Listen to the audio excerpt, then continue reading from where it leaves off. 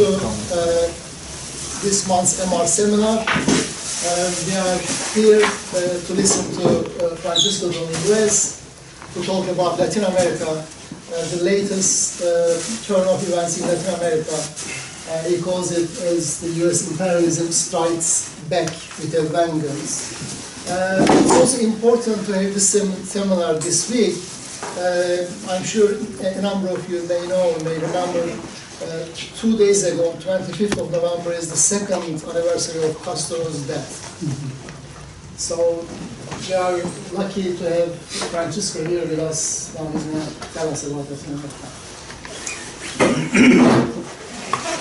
Okay, thanks very much. 5-6 years ago, we thought we were defeating US imperialism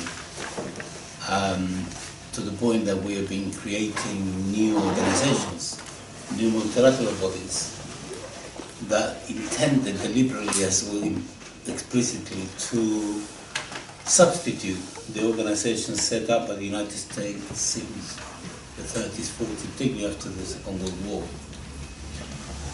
And there was a very intense, although partially in many respects, but very intense process of economic integration. And the idea of creating regional integration went so far as to create something called CELAC, which is the Commonwealth of Latin American and Caribbean States, which excluded specifically in its statutes the United States and Canada. And it was only everybody else. And this was sort of quite broad. I wouldn't call it a broad church, but it's quite broad because it included, you know, right-wing as well as left-wing and revolutionary governments in the region. And from approximately 2002, even though Hugo Chavez came to power or to office in 1998, because that was this, Chavez inaugurated a new wave. 2002, all the way to something like 2013, 2014, the level of poverty declined quite dramatically in Latin America. By 2002, 2004, the level of poverty in Latin America as a whole was about 44–45%. By 2013, it had gone down to 26% and it kept going down. Extreme poverty that was in 1998, 2000, around 38%, it went down to something like 9% and kept going down to levels of 7%. Unemployment also declined. There was massive, maybe that's an exaggeration, but it was very sustained economic growth in all of these societies. And there was a systematic attempt by most societies, by most countries, to recover their mineral resources and their raw materials from US imperialism. They did it in several ways, in various ways. It depended on local tactics and local conditions. But just to give you an idea of how it was, I was privileged to go to Bolivia with a trade union delegation to visit the country as a political advisor as well as a translator, interpreter. We had a very interesting conversation with Evo Morales, the president. It lasted about 45 minutes. I translated for him. But the most interesting discussion, we had conversations, we met organizations, trade unions, indigenous groups, social organizations, you know, other political leaders and so on. To me, the most important meeting was with the Minister of Energy. Bolivia is extremely wealthy in gas. It's got a huge amount of natural gas. I think it's possibly #1 in Bolivia, although now this is being disputed, not disputed, but you know, now there is information about the amount of gas available in Venezuela, which apparently has more than Bolivia. And the minister said to us, he said, I used to be a trade unionist, so I spent some time in prison, sometimes outside, then back in prison, and then in exile, then come to the country, going to travel again, went to the prison, went into exile. And now he's a minister. So we asked him, what is the main problem that you face? He said, well, from my point of view, he said, the main problem is that multinational companies are extracting the gas and they're paying very little taxes. How much do they pay? 1% of whatever they extract. And he said, obviously, this is very little. So we asked him, what do you do about it? He said, well, we increased it. And he said, we increased it from 1% to 85%. We just couldn't believe it. We nearly fell off the chair. So, you know, the delegation were telling me, Francisco, your translation abilities are very bad.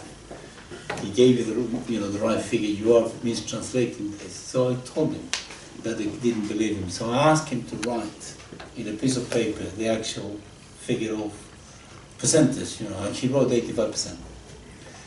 And the delegation said, my God, this is impressive. And I remember I came in and said, playing devil's advocate, I said, Mister, don't you think that is a bit irresponsible? I remember saying, after all, Bolivia is a very poor country. It needs all the foreign investment that it can get. And by you taking such a harsh measure, you know, foreign capital is going to go away. His answer was unbelievable. He said, yeah, we thought it would go. But they haven't. So now we are discussing to increase it to 95%. So that gives you an idea of where we were a few years ago. Almost every few months, you know, some government will nationalize something that belonged to multinational companies in the region.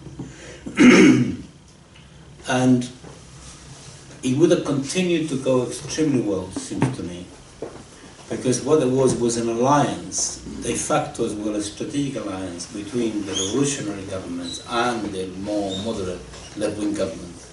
So you have Cuba, Venezuela, Bolivia, and then you have Brazil, you have Argentina, and a few others. There were some, you know, strongly right-wing governments in the region, but they were being isolated and they were sort of accommodating to the new circumstances. And things would have continued quite well had it not been for the world crisis that hit the world in 2008. From that moment on, things began to go wrong.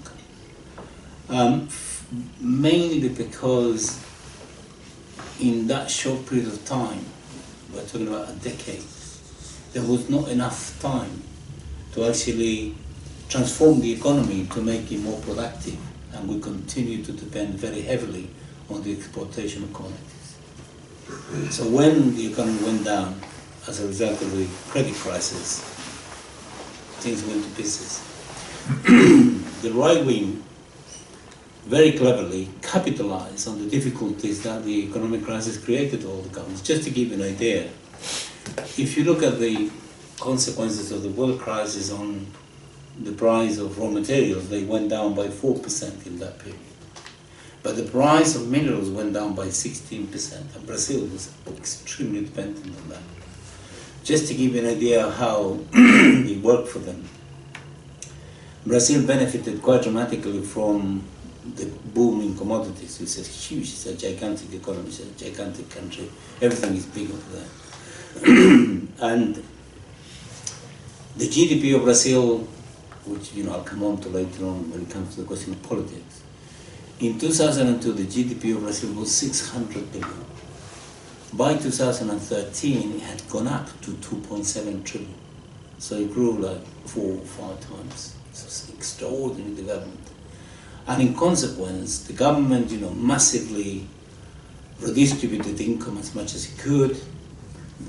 In the last 5 years of the Lula government got 40 million people out of poverty. 30 million people from the poor classes went and became middle class in Brazilian and United Nations terms. The amount of infrastructural works that they undertook was gigantic, you know, motorways, small roads, electricity, sewage for the poor, it was huge. And there was a huge amount of contracts that began to be issued by the government. Politicians that became intermediaries, they began to actually use this in order to get commissions out of it, and that's when you have the corruption that began to developed quite massively. The government of Brazil created 64 new universities, particularly for the poor. I've given lessons in those universities in Brazil, not once, several of them. I speak Portuguese as well. And you know, when you know Latin America, you know when somebody comes from the affluent classes and when somebody doesn't. And it was totally clear that a huge number of poor people had access to education in this way. The Bolsa Familia program, which was a program to redistribute income to the poor in order to get them up to poverty, made sure that legally the entitlement of the benefit went to the women, not to the men. Because the calculation was men gamble, have other women, drink, misbehave, and so on. Which maybe is based on some prejudice, but nevertheless, in real terms, statistically, it worked, because by giving the money to the women, you know, you get much better results out of it. There were some interesting conditionalities as part of this program, which were the following. In order for the woman to continue to receive the benefit, she had to demonstrate that her kids went to school. She had to actually produce certification. Because the idea was to break the cycle of poverty. Poor parents in Brazil use their kids to get extra income. You know, they send them to the street to either steal, work, do menial jobs and so on in order to bring some income to the house. The idea was to ensure that this didn't happen. And it began to work. And then also mothers have to show that they actually took their babies from 0 to 1 year of age to doctors controls. So they have to do medical checks. It was extraordinary, and people began to, you know, in 10 years, people began to see the expansion. The expansion of the health service was such that the existing Brazilian system, and the Workers' Party it's not a revolutionary party, would not force Brazilian doctors to actually go to the poor communities. So they have to accommodate the situation. So what they did, they made a deal with the Cubans, and they brought something like 20,000 Cuban doctors to Brazil as well. The current government just expelled them, so they're going back, leaving the poorest communities without medical care. So this gives you an idea of where things were going, and you know, countries such as Venezuela made sure that there was no military presence of the United States in their country, so he expelled them all, literally. You know, they had military bases and military positions everywhere. He just got rid of them all. And I remember, you know, when we were following the developments, closed all the military bases and expelled them from all the positions they were, and expelled the ambassadors several times. And the ambassadors came back after some modus vivendi, and then expelled them. There is no US ambassador in Venezuela right now as we speak, because the tensions between the two are quite dramatic.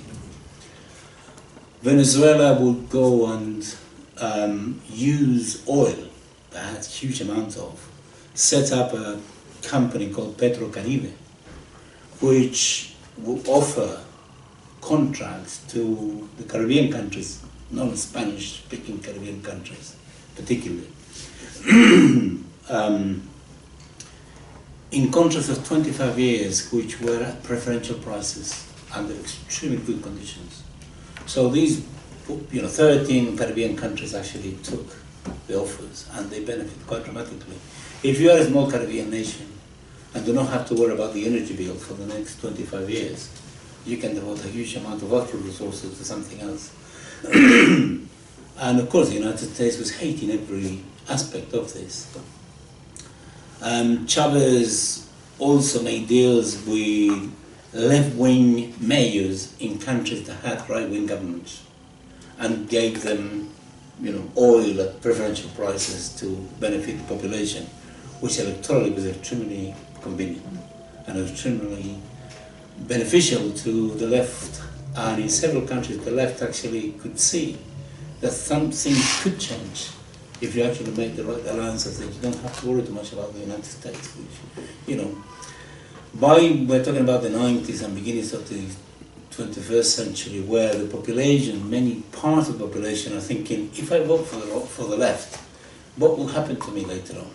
You know, will I be crushed? Will my economy be destroyed? Will they overthrow the government? Will they unleash the death squad? So people are frightened of voting for the left. By Chavez doing this, he gave them confidence. That's why there was one government after another, you know, turned to the left, in different ways and with different intensities. From 2008 onwards, the United States began to, they began before, but they began to unleash a campaign of civil disobedience, disturbances, mobilizations, and so on, using the demands of the left. It's very cleverly done. And what they did, they channeled millions of dollars, millions and millions of dollars, through particularly the National Endowment for Democracy, but also through the International Republican Institute, through USAID, and through the National Democratic Institute. The International Republican Institute is a think tank associated to the Republican Party, and it used to be chaired by John McCain, a friend of us. And the National Democratic Institute is an equivalent that is associated with the Democratic Party in the United States. It was chaired by Madeleine Albright, you know, who organized all the military invasions of the United States under Clinton. Not a friend of that is, in other words, hawks of the worst possible kind. And they channel private monies. The monies that channel the National Endowment for Democracy are taxpayers' monies, so they are accountable. They have to produce the evidence. There are websites where you can actually find where this money is gone and how much it is, even though they try to obfuscate by using very ambiguous language. When it comes to the IRI, the International Republican Institute or the National Democratic Institute, they don't have to tell you anything. And multinational companies, you know, quite powerful ones, will have a huge amount of interest of channeling funds to subvert left-wing governments in Latin America. And the way they did it was mainly by supporting financially media outfits of every kind, newspapers, television channels, and so on, but mainly NGOs. The number of NGOs that were established, nobody knows, but it's hundreds of them, hundreds. They are extremely well resourced. And it is a penetration, political penetration of society, and these NGOs organize catered training for several years. And, you know, at the end of the day, when it comes to the unleashing of things, then society suddenly explodes with people who are in the streets, burning things, setting up barricades and so on, which we have seen so many times. Just to give you an idea of the size of this support. In Nicaragua, which suffered one violent offensive recently, and they survived, which is impressive. The United States between 2014 and 2017 channeled $4 million. Now, $4 million is not much in our terms, but in Nicaragua, this amounts to 15,000 minimum wages.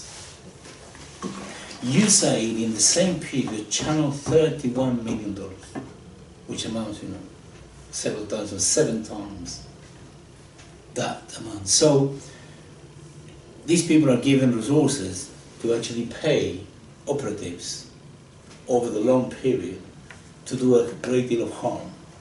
And when they get going, they really get going. They usually go for violent things to create the conditions in order to use this violence. They want as many corpses as possible in the streets. They want the media there, and the Guardian, the BBC, and the rest of them will do the dirty work, and they will blame the government. All the human rights organizations are dominated mainly by the United States. They will issue reports and so on.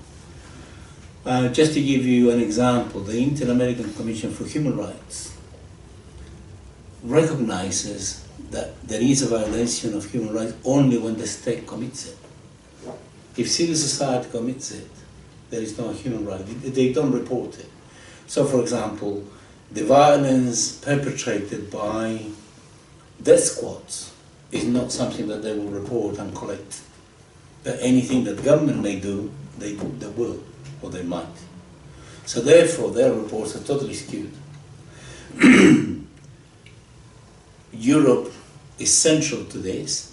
Europe, the European Union, the European Parliament issues resolutions regarding whatever situation is going on in Latin America, or elsewhere for that matter, and they end up supporting US foreign policy. And in my personal view, nothing legitimizes US foreign policy more than the support they get from Europe. This has got nothing to do with any position that anybody may have regarding the Brexit or not. This is separate. If we were able to dent that position in Europe, to sort of get the Europeans to have an independent foreign policy, even if it's against us, but it's independent from the US, that it doesn't support every little thing and every detail as they do abjectly, I think the United States would be pretty isolated and would be much more difficult for the United States to do what it does, even though it still has a tremendous capacity to do a great deal of harm.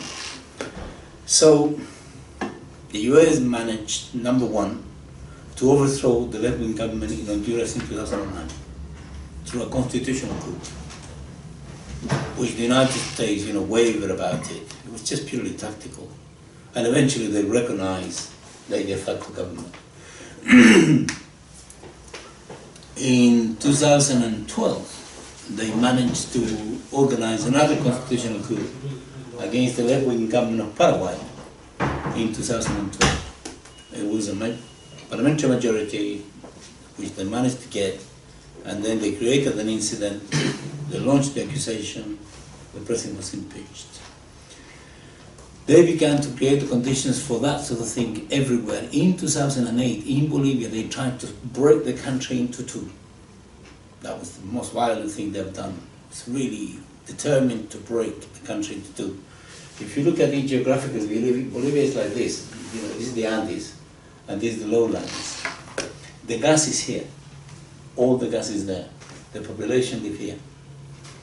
And over there is mainly the white population, which is about 5% of the population. 65% of the population actually are indigenous in the case of Bolivia, and they're extremely poor. And there are about 20-something% who are mestizos, mixed, indigenous, and white. You want to talk about? Is that in the Chaco region, is it? In Bolivia? Yeah, part of it is in Chaco. It's not only in Chaco, it's a bit more. Okay. So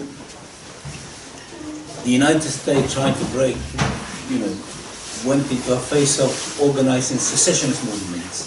They tried in Brazil, they tried in Venezuela, they tried in Ecuador, and they also tried in Bolivia. In Bolivia it was extremely aggressive, it was so violent. They assassinated many indigenous population. Morales, the president, could not travel to several cities because he would be welcomed with violence, disturbances, and so on. And the people in the East, they created a political movement which was intended explicitly to separate. They had a statute of autonomy, which, it says, those people from over there, from the highlands, when they want to come to our territory, they need a passport and they need a visa. And they wanted to set up a sort of barrier, and they claim in the Statute of Autonomy that they were entitled, because they were an independent autonomous region, entitled to sign any military agreement with anybody they wanted. You have to put the United States at the end of that phrase, because that's the obvious thing. So it was quite aggressive. And the ambassador who was in charge, ambassador who was in charge in Yugoslavia when they broke up Yugoslavia at the time. It's exactly the same. It's a guy called Goldberg, Philip Goldberg. And Morales, after they defeated that attempt, expelled the ambassador. And they didn't have an ambassador for a long time. So, 2012 they did it. In 2013 they prepared the ground to actually do something about Brazil. And disturbances began in 2013, they went on 2014, all the way to 2015, and this created the conditions to impeach the first female president of Brazil, Dilma Rousseff, that had been elected in 2014. She was impeached on the most extraordinary flimsy grounds. You know, if you are the president, and I'm sure you haven't been the president yet of any country, neither have I, but if you are the president, you are in charge of the budget, then you have areas of your budget that are in surplus, and you have other areas which are in deficit. So what you do is you fiddle the account, you sort of move monies around, provided it's transparent, then there is no problem. In Brazil, presidents have been doing this since 1995. And every time these accounts, with this specific information, I move this money where it has surplus to that place where it had a deficit. And I want the parliament to approve it, and they've been approving it. It's the same political class that have been approved all these budgets, all this time, until she presented the budget. And then they decided that fiddling the account, they call it pedaladas fiscais, which is, just fiddling with the budget. They consider this as a constitutional crime. They organized a trial. They had a majority in parliament. They organized a constitutional coup and she was impeached. And then they put a de facto government who imposed neoliberal policies right away and began to make deals with the United States almost immediately. And then they prepared the ground because they had to have elections in 2018 that already have taken place. And they prepared the ground to ensure that they could accuse on trumped-up charges former President Lula, the most popular president in the world, I suppose. When he finished his second mandate, Lula had a rate of approval of 85%. That'll give you an idea of what we're talking about. And they managed to organize the trial. There were 4 years of intense investigation. The media was absolutely intoxicating, not only over in Brazil, but also particularly over here, not to name any guardians. And eventually they managed to send him to prison. And the sentence is for undefined acts of corruption. That's what it says. In other words, they couldn't pin him down to any corruption. So they have to say undefined act of corruption. The United Nations has got involved and they said this is completely unacceptable. The United Nations Human Rights Commission is sort of doing something about it. Regardless of what you may think about the United Nations Human Rights Commission, the very fact that they've taken it up is an indication of how rotten the whole thing was. So they managed to get Brazil. And one of the great difficulties in Brazil is that, Chavez always had a problem with the media because the private sector controlled 85% of the media in Venezuela. And they were absolutely horrific. And Chavez and the government of Venezuela control about 15–20%.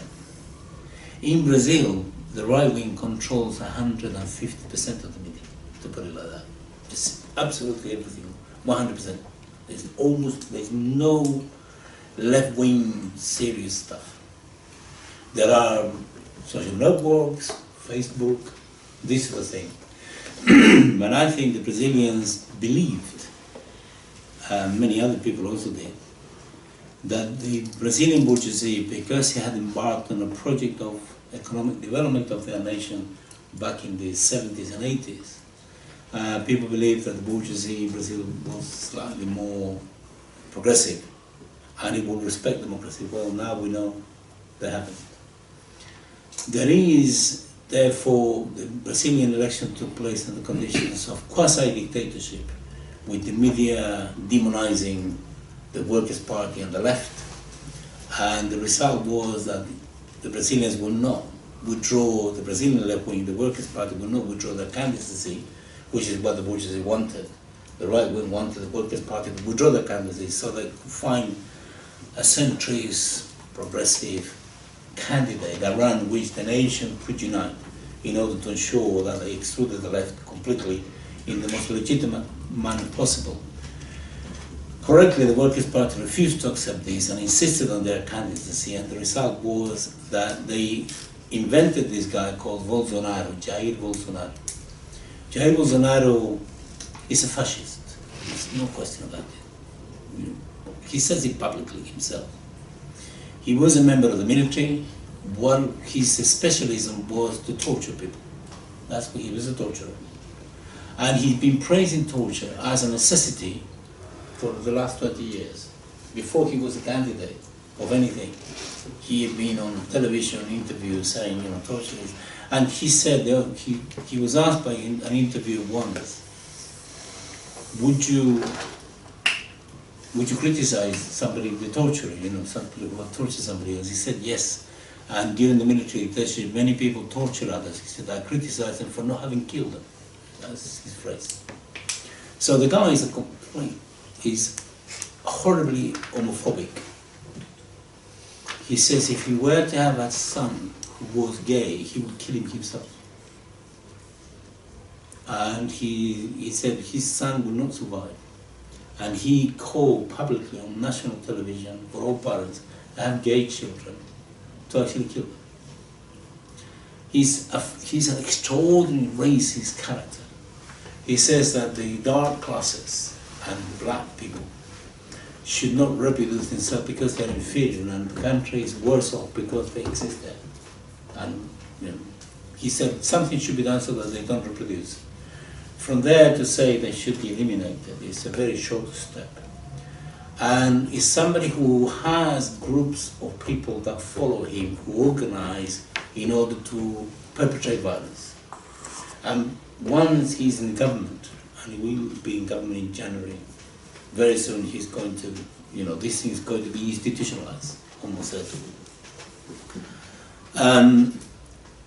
In Argentina, they organize a similar level of destabilization. Don't want to give you all the details, not going to use more time, people can ask me questions. But they managed to win the election as a result of this terrible campaign of destabilization. They organized, you know, general strikes, they organized barricades and so on, the usual stuff. Threats from the United States, the State Department, and so on and so on. And the right wing managed to win by 1%, just 1%, it was very close.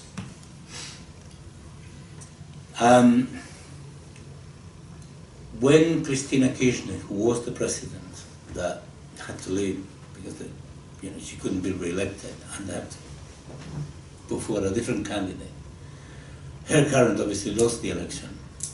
When she left office, Argentina had a debt, an external debt of $150 million. Something, you know, I can pay every week, if you see what I mean. It's really small payments. And the reason why Argentina had this debt was because these debt, external debt, which had been contracted during the military period, had been bought in the secondary market, in the stock exchange, by vulture funds, hedge funds. These are the people who speculate with this. And what they have decided to do was to accumulate the interest for all the shares. The Argentinians refused to pay, point blank. They were not going to pay any of that. And they expected to settle with the IMF at some point. The new government, the first thing that they recognized the right of the vulture funds. So the external debt of Argentina, by that decision in 24 hours, went from $150 million to $5 billion, like that, in one day. Then he began privatizing everything, the current government. He began to attack the working class, laying off public sector workers, attacking the education sector, reducing the budget for everything, social, blah, blah, blah, the usual stuff, neoliberal stuff. The problem is this contraction of the economy put huge pressure on the national currency, the peso. And they needed money, to borrow money to sustain the peso. But the more they borrow money from the IMF asked them to intensify the neoliberal measures. The result was the peso was under more pressure, so they have to borrow more money. The external debt of Argentina, to cut a long story short, right now is $260 billion, which is unbelievable. And this economy is going to collapse at some point. So, my Argentinian friends who I'm in touch regularly with tell me that they don't believe that this government is going to finish their mandate. Elections are in 2022, I think. We'll see how it goes. There have been about 9 general strikes in Argentina by the working class. None of them have been reported by the BBC or The Guardian in particular. If you read The Guardian, please do this for me. Don't tell me now. See whether you find any news on Argentina in The Guardian. Argentina does not exist for that. Some deal must have been done. But that's my sense of it. Because never, not a single thing. Everything happens in Argentina. There's not a single letter, not even a picture. So, but they have that under control. And then, if you look at it with the eyes of the United States, you can see you are reshaping the region quite dramatically. By having Brazil on your side, you know, the relation of forces regionally, massively in their favor. One of the first things that Jair Bolsonaro did was to actually phone Trump and have a conversation with them.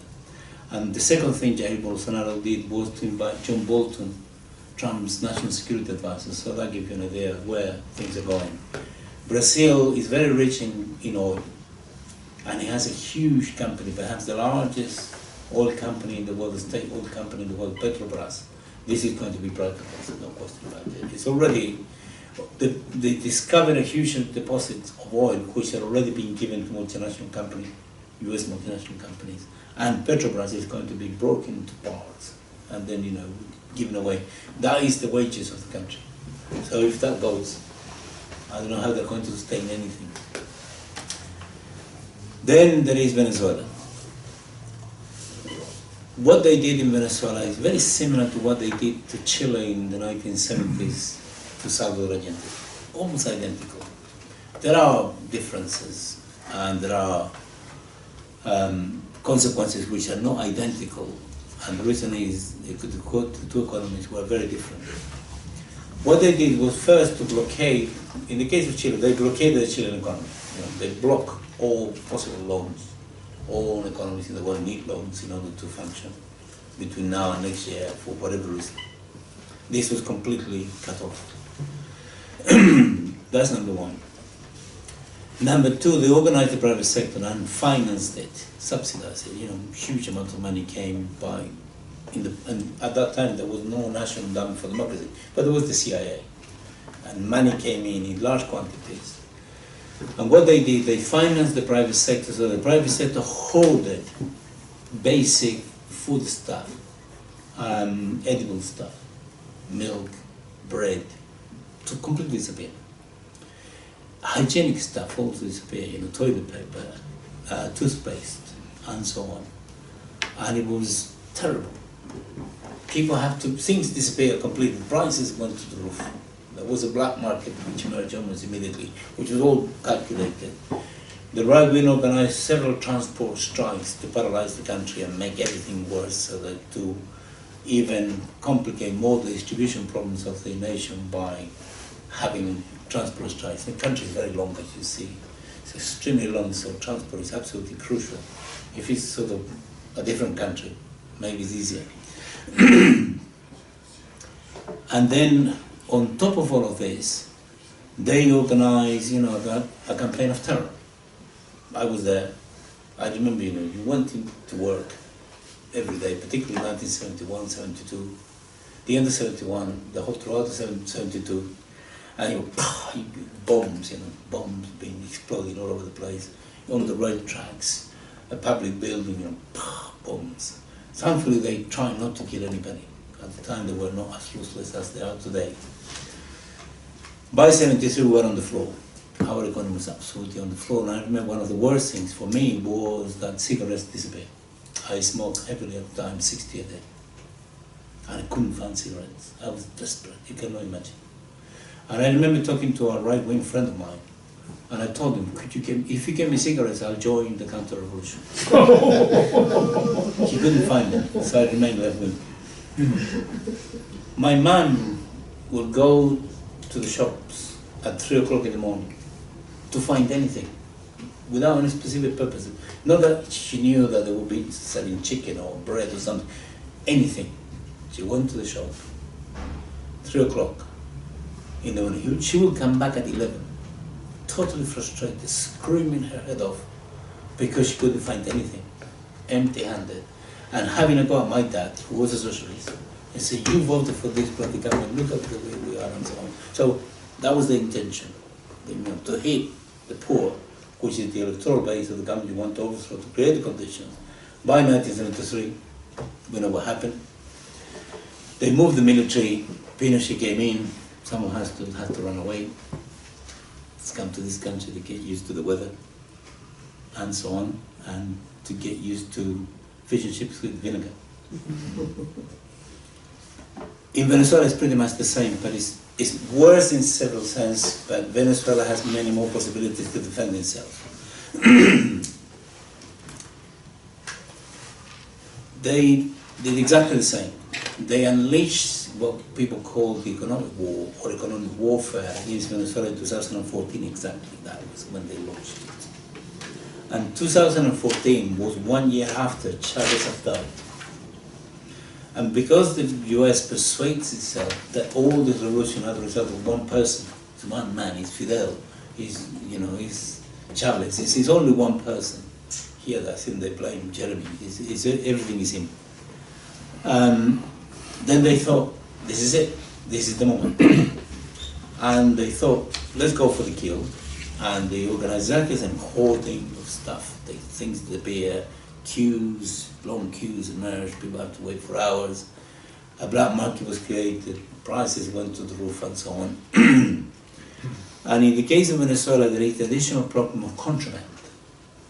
They have a very long, porous border with Colombia. I mean, some places there's nothing, you don't know where the line is. And food that was either produced or imported by Venezuela ended up in Colombia. And one minister at one point, several years ago, informed the nation that about 30% of that total went into Colombia. Because prices of goods, of that kind of goods in Venezuela were heavily subsidized, and in Colombia they're not, then, by organizing contraband, you make a killing. And the incentive was extremely hard, extremely high. Venezuela has the cheapest oil in the world. In Venezuela, in the domestic economy, oil is cheaper than water. You can fill the tank of 4x4 with about $3. That equivalent. And in Colombia, Colombia has the most expensive oil in the world. So if you are able to organize contraband of oil from Venezuela to Colombia, the incentive is enormous.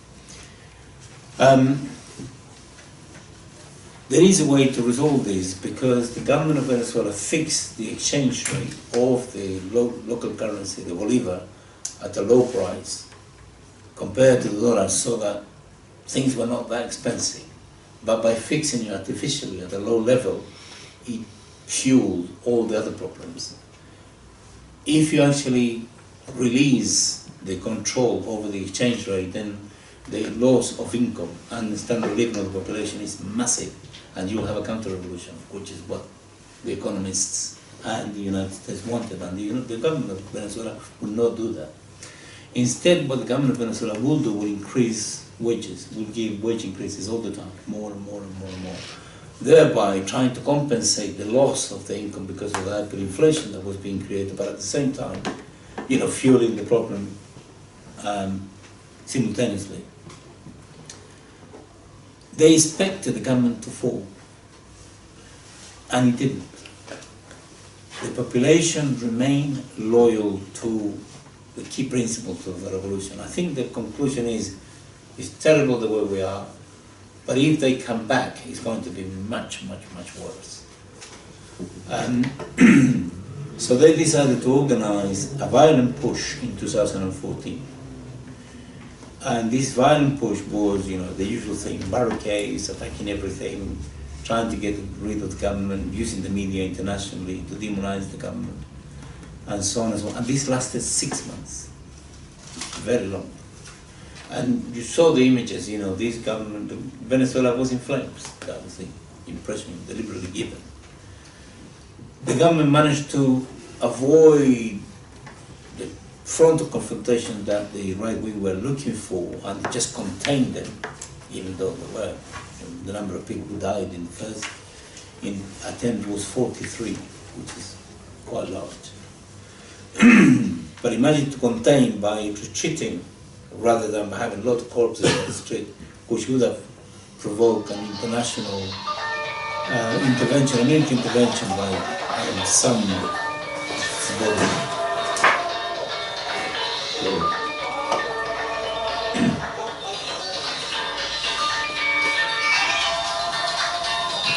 Nice music. Yeah, you should have a more gentle ringtone. So this failed, but the damage has been done, and the right wing managed to win the elections for the National Assembly in December 2015, which is quite a decisive victory for them. They won not so much because people went over to their side, but mainly because Chavistas, who were supposed to have voted for Chavismo, abstained because they weren't happy. And it's understandable. The government recognized the victory immediately, said, okay, that you win, that's fine. Provided that you behave properly and everything that is done by this majority within the constitution, we have to live with you. These idiots, I'm saying this idiots because they had an incredible opportunity to really get something done from their point of view, and they just messed it up completely. There are two reasons for this, which I'll come on to. Number one, the government had developed a housing program which was extremely popular, heavily subsidized housing. The deficit of housing in Venezuela is about 5 to 7 million houses. So the government began to build, and had built by then about 1 million something, which is quite a big program. And these idiots, I don't know who advised them, but I told them that Thatcher had privatized council houses in here, and it became extremely popular. So you get all these poor people who have houses on your side if you demand that they are able to sell their house. And what actually meant in terms of the legislation, I remember reading the legislation myself, was to privatize the whole sector, create a speculative section so that the rich could actually buy their houses, and then the prices would go to the roof. And these houses would not be subsidized anymore. And those who sold the house, if they did, would not be able to buy any other house back because the amount of money would not be sufficient. And if they wanted to go to the bank, which would be unlikely, but let's imagine they did, they would have to get a mortgage, and they will be in debt of all life for 20 years and so on, which on the conditions that exist in Venezuela, you don't have to. If you're given a house, you cannot pay more than 10% of your income, whatever your income is. You cannot sell a house because they don't want a speculative market to emerge. And in the last period they built 2.3 million houses, which is more than many advanced countries. So these idiots, they had the majority trying to privatize it, and people, they went through a discussion, and eventually people in Venezuela, they realized, my God, if we sell it, we will be homeless. So they did that, and then the second thing they did, trying to give themselves an amnesty, which involved, they listed the crimes that they knew they had committed from 1998 all the way to 2015. I produced an article on this in the Huffington Post, a very detailed analysis of it. And they just recognized all the crimes they committed, and they gave themselves an amnesty. And of course the Supreme Court found this completely unconstitutional because it's not acceptable. And from there on, the opposition began to go down the pan, and Chavismo began to reinforce itself, started to fight back slowly. The United States then decided to launch another violent offensive, and this was in 2017. And it was exactly the same character, though bigger. Barricades, attack on public services, setting fire on hospitals, which is something, it's a favorite target, setting fire hospitals, especially babies' hospitals and women's hospitals, setting fire on universities, public buildings, ministries, and anything that is marked of state, cars and so on, vehicles, it will be attacked. They established, they set things which are called wires, which I think is it comes from English, and it's a Spanishization of the English word wire, which is a metal wire made of steel. That is across the road. is at the level of somebody who is on a motorbike. Chavistas go on motorbike to demonstrations. So it's designed to decapitate people. They decapitate themselves because you cannot see it. And the idea is to produce gross images, as gross as possible, with blood and all the rest of it. He lasted another 6 months. And again, the government, by now, more experience, contained them and so on. This time round, they assassinated. The number of people dead was in the region of 167, which is 3 times than the first offensive in 2014. They were defeated. And as a result of this violence, that they couldn't be stopped, because the United States was encouraging them to go for more and more and more. Eventually, they decided that Maduro decided to call for the National Constitutional Assembly, which is a sort of new parliament. The president can call the election for the National Constitutional Assembly, because it's got to be elected. This is in chapters 347, 348, and 349 of the 1999 Constitution. If anybody wants to check, it's available online in English as well, and in many other languages. 347, 348, 349, where it says very clearly the president can call. The president called the National Constitutional Assembly. He was elected. Next day, there was peace in the country, and there's been peace ever since. So he did the magic trick. The United States was not happy with any of this. So what Obama did was to massively intensify fracking in the United States, with the intention to produce a lot of oil in the world market to make the price collapse. In 2008, the barrel of oil, the price of the barrel of oil was $148 the barrel. By 2016, as a result of fracking, the United States was producing 4 million barrels of oil a day. With fracking, it went up to 10. The level of storage, by 2016-17 in the United States was reaching 90-something% capacity. They didn't have any other places where to put this oil. But the price went down. It went down to 25. So Venezuela, which is heavily dependent on the exploitation of oil, when it was 148, Venezuela had money like nobody else. And when it went down to 25, suddenly it found itself in a very difficult spot, very tight spot. So what happened with this was that the economy had a further squeeze, and incomes and standard of living went down quite dramatically. So you have hyperinflation, the economy was blockaded, then you have contraband, you have all the ills imaginable, and then on top of that, you have the main commodity which the country necessitates so much, actually went down in price quite dramatically to a point of nearly collapse. Nevertheless, it did not collapse.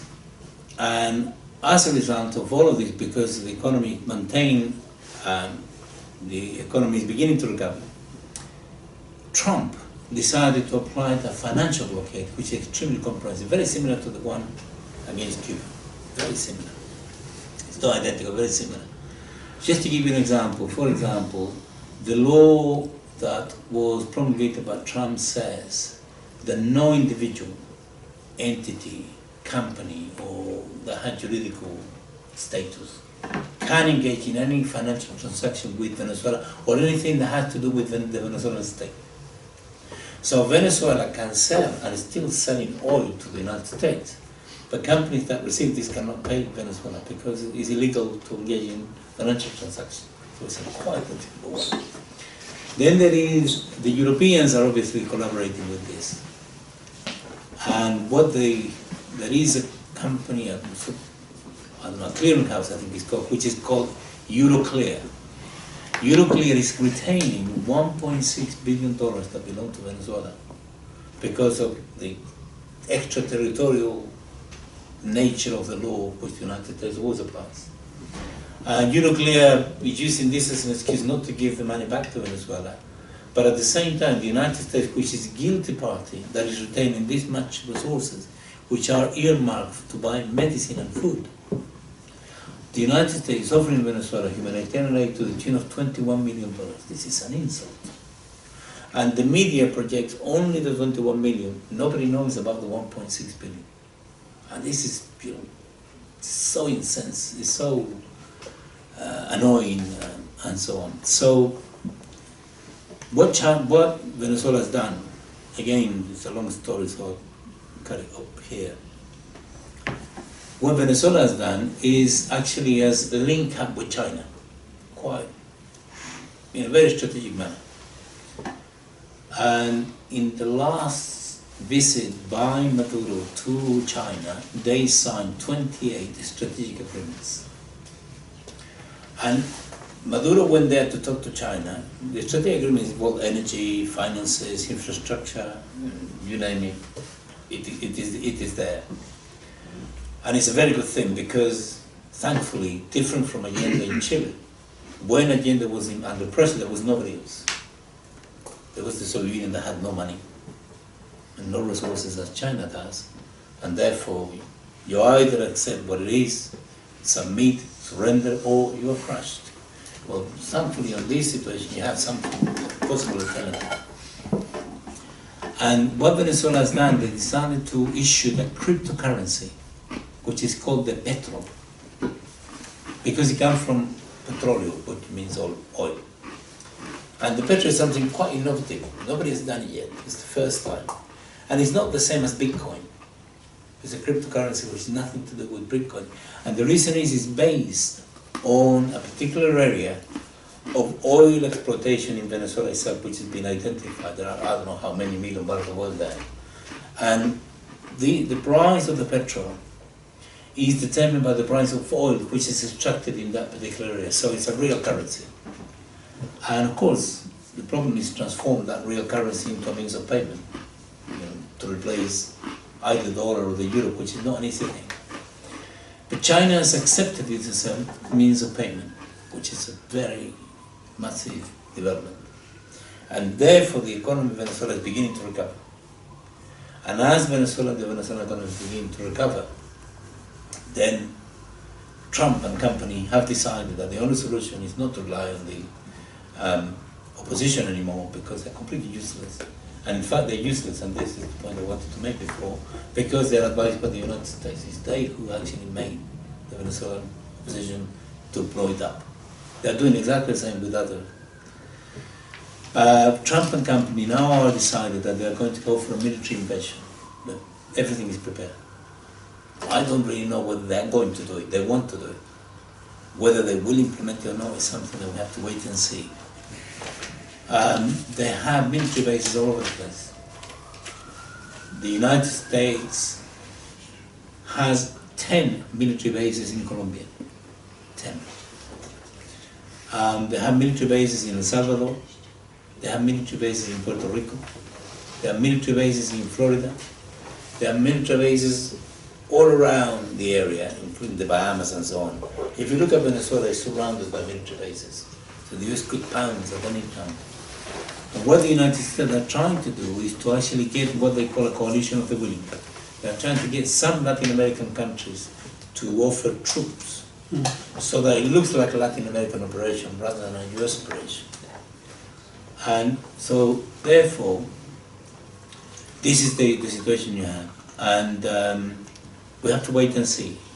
I know there is a question of time, but I have Cuba to deal with. 10 more minutes there. Okay, that will do. Cuba is very different. I'm sorry about the length of the continent. It's 35 countries, I covered only 5. Cuba has resolved the problem of power. I think that's the crucial question. There's no issue of power. There is a struggle for power in Venezuela, in Brazil, in Bolivia, in many places, but not in Cuba. And this problem has been resolved since 1959. You know, Fidel came to Havana, took power, created a completely new state, demolished the old state. The revolution is alive and kicking like never before. When the Soviet Union collapsed, the GDP of Cuba went down quite dramatically. It lost something like 35% of GDP as a result of the collapse of the USSR. It was quite dramatic. I have no idea how they managed to survive, quite frankly. I remember being there, went to visit Cuba in 1993, which was the worst year. And the Minister of Economics, José Rodriguez, spoke to us, various European delegations, and he said, he said that when an economy goes down and down and down, there is a point when whatever you do, you cannot recover. We said, yes, we know. And he said, we think we reached that point a month ago, but we haven't collapsed. And if you ask me why we haven't collapsed, he said, I don't know. We were all terrified. He gave us the figure. I don't have the time. I can answer questions about the figures of this. And ever since, at the time, the GDP of Cuba must have been 26 billion because of the collapse. In 2017, the GDP of Cuba is 87 billion. It was massively increased. I think it's been done mainly because of the expansion of tourism. Tourism is the thing, is the main revenue earner of the country. They went up from something like a few 100,000 tourists to 1 million, then they reached 2 million. Now they're in the region of 5 million. 5 million tourists a year. And tourism is an extremely profitable industry. The rate of profitability of the industry is about 30%, so you recover the rate of investment in about 3 years. And the beauty of it, if one can call it that, is that the money, spreads to the population directly. The guy who takes your luggage, you give them the dollar. So it goes straight into the population right away, apart from the expenditure that the tourists actually engage in, which is paying hotels, food, and so on. And they had to make very significant accommodations to the situation, because if you expand tourism, you need to expand the services sector. And they didn't have a services sector. In fact, things were not very efficient in Cuba at the time. And how could you expand the services sector, which is by the nature in the tourism industry is quite small, is fragmented, is small size.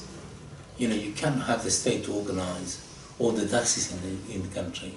You can't have the state to organize all the restaurants in the country. It just doesn't make sense, because what that will do, it will create a huge bureaucracy for every single item in the economy, and the result will be inefficiency.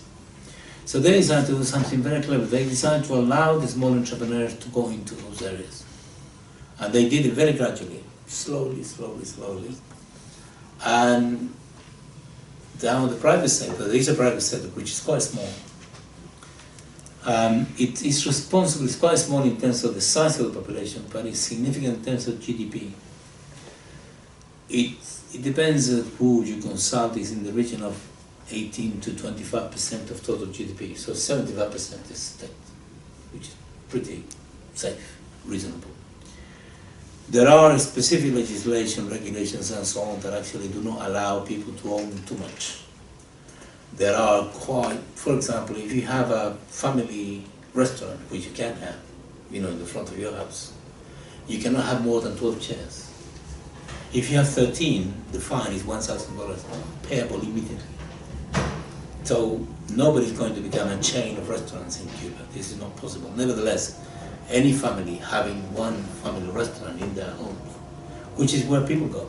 If you go as a tourist to Cuba, don't go and eat in hotels, restaurants, go to these family house restaurants. Are excellent, absolutely fantastic. So what they decided to do now, these changes took place over time, they have decided to change the constitution, adjust the constitution to what is going on. And there are, it seems to me, two reasons for this. They want to make sure that the legal system, the constitutional system, has provisions for this new reality, so that people, in other words, they decide that the mix of private, as I explained, and the state sector is going to be there for some time to come. And they want to make sure that people have juridical and legal certainty. And so in order to make sure that, you know, people continue to work on this for the next 20 years and so on, then it totally they introduce these changes. And what they've done is, I just have some figures here. They've organized, the Cubans are unbelievable at this, only they do this. They've organized 133,681 meetings to discuss with the people of Cuba. And these meetings have been attended by 8,945,521 citizens. They made 783,174 proposals. We are mad with the statistics. This is Fidel, he was mad with the statistics. And they even give you the breakdown of the kind of proposals, you know, some modifications, some alterations, and so on. It's just detailed, incredible. Then they have all of these discussed and incorporated into the main document, which is going to come out. The final document is going to be produced very soon. I think it's already ready, and it's going to go forward now. In terms of what the changes entail, and I'll finish with this. The Constitution reaffirms the central role of the party. That's absolutely doesn't change. In terms of political structures, things are going to remain pretty much the same as they are. The role of the central role of the state to maintain economic policy, to direct it, to guide it, to, you know, control it, and so on is being, and the Constitution makes it illegal to accumulate too much property. And the question is the definition. When we have the final text, we'll see exactly what that means. There is, however, an interesting development, which is there are in the new Constitution the recognition of new forms of property. One of them is private property. Then there is state property. They recognize cooperative property, and they are prepared to consider other possible forms of property, which is something new. In other words, the privateers that were operating in Cuba all this time were operating de facto rather than de jure. Now they are going to become de jure. In other words, the Cubans came to the conclusion, we have to have this. But in terms of everything else, this is all it's going to do is going to constitutionalize, if we can use that word, you know, what the reality of Cuba is by giving juridical certainty to society. The United States are making speculations that this is going to change the nature of the nation and the country is going to go capitalist. It's complete bonkers, it's not true. They thought it was going to happen in 1993, it didn't. When foreign investment came in, they thought this was going to do it, it didn't, and so on. And it's the same with the economists and China. You know, they've been predicting the collapse of China for the last 30 years, and it hasn't happened yet, literally in every issue. Anyway, I'll leave it there. I know it's been long, sorry about that, but thank you very much anyway. I'm ready to answer your questions.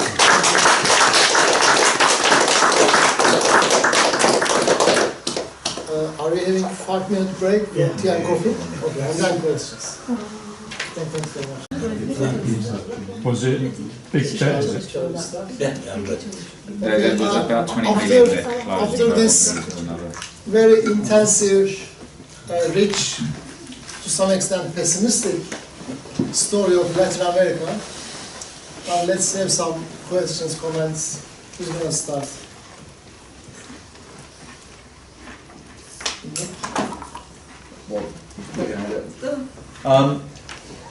I thought that was fascinating, and it's a very vivid picture, which is true about people were talking about the pink wave and all that a decade ago.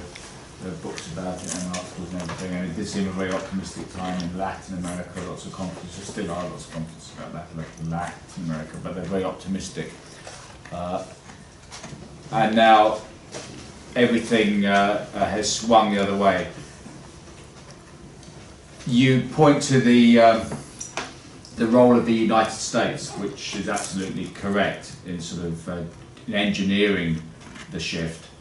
But I wondered, we need to learn lessons as political activists in terms of what was done wrong as well. And I wonder whether you have any lessons to draw on that front. Take Venezuela, which I probably know more about because I went there and a decade or so ago I wrote a series of articles about it. But at that stage they were talking about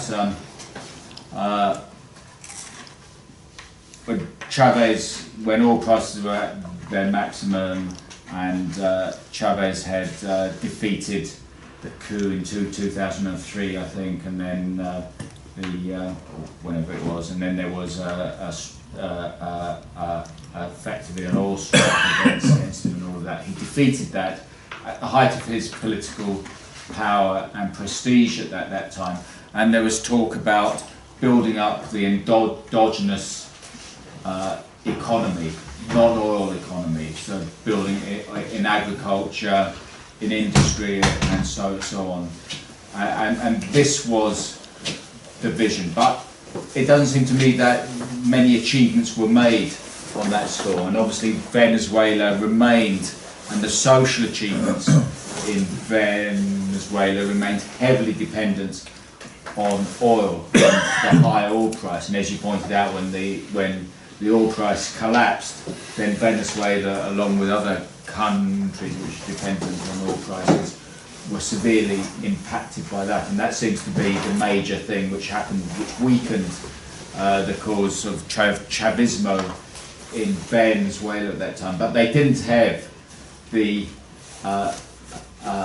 independent economy to fall back on, as far as I can see. So that seems a major failing of the Chavismo revolution, that it was too dependent on reaping the benefits of oil price and spending the dividends of oil without building up reserves which would allow them to survive the kind of thing that inevitably happens with commodity super cycle, which even continued after the 2008 crash into 2012, 2013 or so. Commodity prices remained relatively high because of the influence of the Chinese economy, bringing all those in.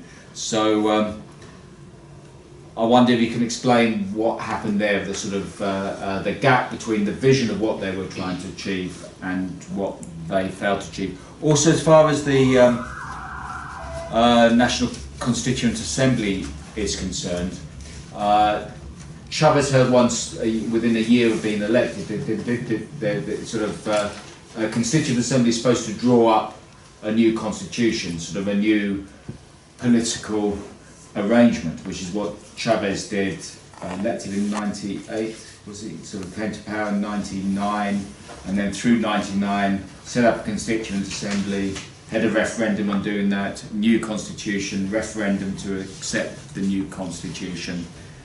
Maduro doesn't seem to be using, is that what the plan with the National Constituent Assembly that Maduro set up with, or is it really purely a device to bypass the Congress which the opposition controls or controlled? And one other thing, Chavez, even when he controlled all the levers of power, tended to rule by decree an awful lot. So the Assembly, all Chavista parties in there, would still give Chavez the power to make laws by decree, rather than using the institutions which the Constitution they'd written in '99 and instituted, rather than using the institutions of that Constitution, using this very top-down approach of the President ruling by decree, which is something that Maduro has been able to do, even though the opposition won the Congress. That seems a flaw to me, sort of a top-down political approach as well. So as far as Venezuela is concerned, I'm interested in hearing what you think about those kinds of issues. I'll take a few. Yeah, okay. Another question? It's not a question, but I want to say my impression when I read the Latin American countries. I feel there's lots of contradictory points. One of them is the extent of organizing by the people is really huge, unimaginably huge. For example, in Bolivia, when there was an what is the auto of the motorway going passing through one place to another. One part of the country, the native people were not responding to that because they said that the Amazon forests will be taken in the hand of the multinationals and etc. And also there will be lots of people who are smuggling opium and etc. The others were thinking that this is very good for opening the Amazon forest for provision of various things, and it is progress. So there was between them, and when they organized something like 350 kilometers of march and like a chain. And this is immense, which means the people, actual people, native people, or the people who wants to be in progress, whatever the progress or development, whatever the development they are imagining, are huge. And but at the same time, it again, when I look at each country of Latin America, which is quite a number, and I feel that the left populist parties, when they take over the power especially, it shows very well, they may not properly thought about what to change with what. Which means I would like to know how much they understand how to progress to socialism. Because all this talk and all the dialogue is tossing and turning around left politics, which means basically socialism. So things like giving the money to women, making the women to be protected and so on and so forth are extremely good points. But at the same time, I think all of them are still under the pressure of capitalist development. Like it happened in the Soviet Union, it happened in all Comecon countries. Everywhere was development. Grow up, this, that. I want the road, I want this, I want that, I want big cities, I want spaghetti bolognese. I don't know. I mean, it seemed to me that first of all we need to think about it. Do we need that? Is it our aim? Or are we need to find out, pinpoint other things that we need to change? That's my question. Yeah, I think this is probably 2 points are related. Similar, isn't it? Yes. Would you like to? Yeah, it was a very interesting lecture, and I don't know too much about Latin American history because obviously, you know, I've tried to find a box that is few and far between. But I understand when it comes to Marxism in Latin America, it's not the only progressive movement that come about. There's, you know, like Chavez mentions the Bolivarian Revolution as well, because there are other Latin American progressive movements that's come before, including Cuba. I mean, you know, Marx wasn't the only inspiration for the revolution, and I know it's complicated stuff. But you are a specialist in the political economy. So how does Marx's critique of political economy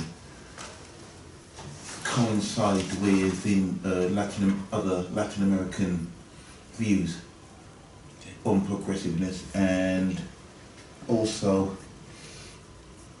why hasn't, because these Marxist movements basically come after Marx has died, and from my own experience of Marxism, I feel that I think it's it's a fundamentally misunderstanding of Marx's critique, because it is quite complicated stuff. What about class consciousness in Latin America? Has it yet to be realised, or has it died off because of this fight against neoliberal policies from America as well?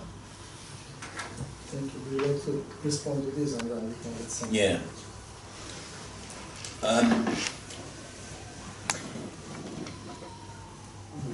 With the exception of the Workers' Party, if you take the EASDALE in Nicaragua, if you take the PSUV in Venezuela, the Cubans in Cuba, the EMAR in Bolivia, they're all Marxist political parties. And it's a Marxism which is what I call Indo-American. You know, I produced an article for the General Global Fault Lines where I discussed this. And there is no possibility of applying rigidly any written formula to the concrete reality, because it doesn't work. So what you need to do is to ensure that your Marxism is very concrete. The ultimate aim, and they made that explicit, all of them, with the exception, as I said, of the Workers' Party, which I'll come on to. They all say that, you know, socialism is what they want to build, and this is what they are building. But how do you do it? In Bolivia, there was no proletariat when Morales came to office, because the tin mines have been closed down in a brutal process of neoliberalization that actually destroyed the little proletariat that there was. And the proletariat was dispersed, and there was no working class. So, let me finish the point. And there was no working class. Now, how can you carry out a social revolution without proletariat? That's number one. Number two, the driving force of the social revolution in Bolivia is the peasants. But it's not the peasants like in China. These are not like ordinary peasants. These are indigenous populations that have been displaced, and they made it to the cities in order to survive in the informal sector. So at best they are petty bourgeois. And they're petty bourgeois who want to come back to the land, and they're pretty militant to restore their right to their ancestral land, which their men demand. So by the function that they fulfill in society, in the economy, they are petty bourgeois. I mean, they're very poor. You know, they sell junk in the informal sector. They sell cigarettes, you know, one by one, this sort of thing. So we're not talking about small entrepreneurs. Small entrepreneurs only in terms of the definition. And they are displaced indigenous communities. And this is the driving force of the social revolution. So how do we apply the Marxist categories when that is the social formation that you have to work with? Can I answer that? It all depends on how you view Marx, but I've heard that Marx never really wanted his work to become an ideology, but more methodology. And even though you're right, I mean, I don't know much about Latin America, all these countries, which I need to do, but isn't the whole point of, you still have a class, and you still have a consciousness, don't you? Well, but this is what I'm trying to explain. The consciousness that you have is determined. The consciousness that you have is determined by the actual conditions of your existence. I agree, but do you... So the consciousness of these people in the informal sector who happen to be indigenous is, at one point, is petty bourgeois because they're small entrepreneurs and they want the best conditions to be able to sell stuff. But also, you know, as a sort of radical final solution to their situation, their plight, is to get their land restored. Yeah. So therefore, in the second sense, they are only peasants, that is to say, petty bourgeois in a different sense. Frustrated petty bourgeois because they haven't got access to the means of production, which is land. No, but is this in the Marxist sense false consciousness? Well, it is false They want to consciousness. reflect their own conditions, but this is in their mind. Well, no, they are. you know, you have to It's survive. not false consciousness. No. They want their, Yeah. if they get their land back, that's a means for them to survive, That's isn't right. it? It's Nevertheless, That's liberal. the point I'm making is if you are Evo Morales, who is the Communist president, solution, no. if you are Evo Morales, Liberal solution to- sorry. if you are Evo Morales, who is the president, who is trying to transform Bolivia into a socialist society, it's got to use those social forces, and it's got to make sure that it creates conditions, creates images, creates discourses and so on to actually mobilize in that direction. I understand. And but, this is what is happening. but isn't there a danger that that solution could be seen as a liberal? Well, you can accuse them of what you want. Let's see what the final outcome is. So as far as the indigenous population are concerned, they never had it so good. Their land is being restored. They're not being treated like dirt anymore in the informal sector. That's good enough. If you want to call that liberal, that's your choice. Yeah.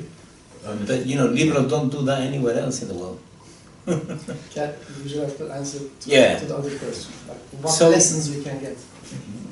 Well, in terms of, it seems to me that the main lesson really is, for me, is that the role of the party had to be central. I think the parties that emerged outside, you know, after the Communist Party, say PSUV in Venezuela, the MAS in Bolivia, and a few of the others, they emerged from the social movements of the 80s and 90s, particularly the 80s. And they have this horizontality, I'm not sure what that word is, horizontality about them, which they believe, you know, the mass movement, the grassroots is sufficient. And I think it's a necessary condition, but it's not a sufficient condition. You have to have political leadership. And the political leadership, when it's not there, it produces disastrous results. And Chavez and Venezuela went through the two. Chavez was extremely distrustful, in my personal understanding, of political parties. And what he tried to do, he created a political vehicle which was mainly an electoral machinery. And in consequence of that, what happened was that he was actually making most of the decisions. By various means. I mean, the mechanism that you mentioned was an agreement in the party that needed to be that way in order to ensure that the law on oil and energy was actually passed. It was the only possible mechanism that they had at the time. And the first national constitution assembly that they used was the one that was in the previous constitution. It was in the previous constitution, the 1961 constitution. So the new constitution, which was promulgated then, is the one that we have now, that has a different kind of national constitution assembly. So that's the difference between one and the other. And you're right, I mean, I don't think they had the time enough. There's two issues there. Number one, I don't think they had time enough to be able to actually develop an alternative economy. Chavez tried desperately to restore the ability of the nation to produce food. Venezuela, for a long while, was importing about 70% of the food that it consumed.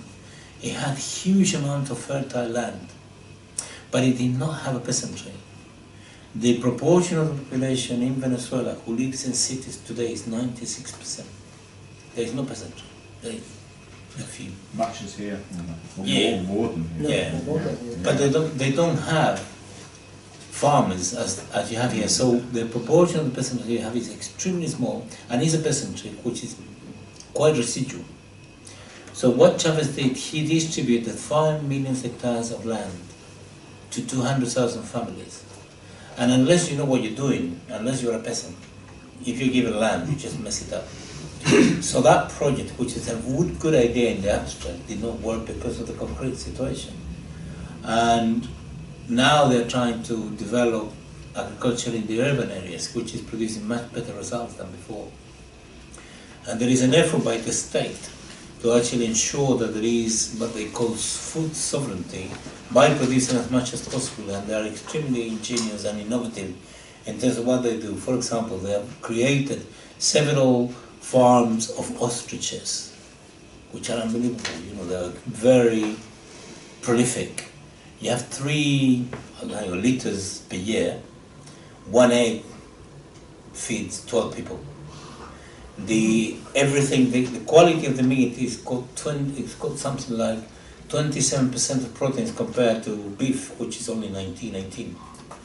And in terms of the taste and all the rest of it about it, it's fantastic. You can use the bones industrially in all sorts of ways. You can use obviously the feathers for luxury item as well as what you call eyelashes, which are produced industrially. This is what they said they're doing. The Minister of Agriculture goes to every farm every single time to show you literally what is being done by them. And it's huge, it's quite gigantic. And if you start with a few ostriches and you have one male or two males, you can have, in a year, 2 years, you can have 200 of them. Then the skin can be used and turned into leather to make, bags, shoes, and so on. So the potential that has is enormous, and there is plenty of space for doing this. So the difficulty is that the state has to go into partnership with people who become farmers, who are trained as farmers, and I think the model has to be not in a private sense, but agribusiness. Just the idea of restoring the land to the peasantry or the people coming back to the land is not going to work. It didn't work. So that's one issue. And I think they're doing pretty well on that one. In terms of corn flour, they're more or less 100% self-sufficient now when they were not before. In terms of potatoes, they're planting potatoes in large quantities. 92% of the potatoes that they need to consume are produced now domestically. Something like 89 to 90% of the yuca, cassava, is also produced domestically, where before they were imported things. So the economic conditions are forcing them to go into a different model. The problem is the industrial side of it. And you have two difficulties there. Number one, it seems to me that they made a mistake. I'll discuss it with them. Not that I have all the answers, but certainly one can see what the possibilities are. I think they haven't developed the oil industry in terms of all the derivatives that you can produce. So, for example, oil lubricants for vehicles is extremely lucrative. And the amount of value added that it has is enormous compared to just oil. And it seems to me that that is where there is one huge potential that they have, because if you're going to produce anything else, you have to enjoy comparative advantage. And if you don't enjoy comparative advantage, you're going to put a huge amount of money onto something which later on is going to be defeated, and you're going to have to subsidize. The result is going to be inefficiency, state dependency, and so on. And they don't have too many spaces for comparative advantage because of the Chinese. So that's another problem. But nevertheless, they do enjoy the following comparative advantages, which are pretty destructive, if you wish. But I'm quite in favor of them. Venezuela has the fourth, so far, certified largest reserves of gold in the world. It's got the first oil reserves in the world certified, the fourth largest reserve of oil in the world, and 1 ton of gold is being added to the coffers of the central bank every month, which is 1 ton is quite a lot of money, because the kilogram of oil of gold in the world market is $4,000 to $3,000. So 1 ton, and this is not, they're not producing that much. They can produce much, much more. In other words, Venezuela can have a very solid central bank reserves for their currency, for all the operation, without having to export anything, which is a huge advantage. Venezuela has, I don't know what proportion, I think it's number 8, of something called coltan, which is, coltan is a metal which is similar to titanium. Titanium is substantially lighter than steel, but substantially harder than steel. And therefore, for the purposes of industry and so on, it's huge. And coltan is incredibly good for iPhones, iPads, electronics, and so on, which is an expanding industry. And if you think of the Chinese market, Didn't they sign an agreement with China? Yeah, they did, yeah. China is using this one method.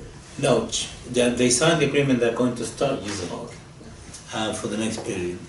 Congo is another major Yeah. source of copper. And then there is something called thorium. Thorium, which is Thorium, which is something similar to plutonium, but without being radioactive in the same way. Without radiation. Yeah, without radiation. Yeah, you Thorium without cannot radiation. produce nuclear weapons with that, Yeah. but you can produce energy. Okay. And it has the 1 kilogram of that is the equivalent of 3,000 barrels of oil in energy sense. So it's extremely, looked after. And Venezuela has already established this. Maduro has established 32 places to extract gold. It's going to issue the petrogold, which is another currency, another cryptocurrency going to be based on gold. So if he develops this, the only thing they're not doing is the expansion and diversification of their oil industry. In terms of the agricultural sector, husbandry and all the rest of it, this is going apace. In terms of pigs, pork and all the rest of it, it's massively expanding. But it's just a question, have shirts and so on. I think they're going to continue to. Then they have the best chocolate on earth. And they just exported 75 tons of chocolate to Estonia, which I think is the first big thing. They can produce much more than that. And you can imagine, if Venezuela were to link itself up to chocolate years in Europe, and export, tons and tons of it year in, year out, that is a real winner. And they're going for it in that big way. Do they produce coal? They produce coal, yeah, huge amounts. Coal. The ingredients of chocolate. Yeah, they have the So, yeah. Are they using that themselves? Yeah, They're using their own but they don't use it that much themselves. Yeah. And then they have a huge amount of coal which they're selling to Turkey. Large quantity. There's a huge mountain of coal that was there and they're selling it. It's going to take several years for that to go. So it's got the potential, and that's why it's coming out of this, because it's using that potential now, and the oil represents less than 30% to the budget. And the idea is to make it decline, because everybody knows that the next wave of expansion is going to be on renewables. It's going to be on, solar panels. It's going to be on the kind of things the Chinese are doing. So they know that the oil industry is going to go down. And the question is whether they can produce. They can produce weapons, which they do. They have, Kalashnikov is what they produce. They can produce. They have assembly of cars. They have a huge area which they can expand, which is computers. Venezuela assembles computers for school kids and for students. And they have distributed already 6 million of them, which have been assembled locally. And they got the technology from a company in Portugal as a result of bilateral agreements. And if they were to develop the computing side of it, which they're very good at, you have a sort of package there which has a significant potential. The one thing they need to resolve is the question of food. But the worst thing which I think for them is going to be difficult to resolve is they need hard currency to buy special medicines, for the chronically ill and so on, which the United States is really blocking it. And people are dying as a result of this. In terms of the rest of it, I think they are going to get out of it. If they're not invaded, they will come out of it without any major problem because of all this cocktail of things that I just described. Shall we have some more questions? Ismail? Comrade, I am mainly interested in what happens in and what happens to Cuba. Sure. Now, in May, when he was leaving the president's position, Comrade Raul Castro said that as regards to the new constitution, there will be no change in our strategic objective.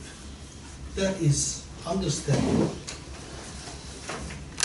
I don't want to be judge because the whole discussion hasn't come to end yet, and we don't know what the new final draft will be. But as far as I have read, they have removed the Communist Party of Cuba, who prepared the draft, has removed any references to advancement to communist society from the constitution. That is a fact. And they have also introduced new properties new concepts like private property and market. I don't judge that, because it is, at the very end, I think it is the acknowledgement of the fact that we all live in global capitalist society. And Cuba is no different from that. Cuba is part of it, like China is part of it.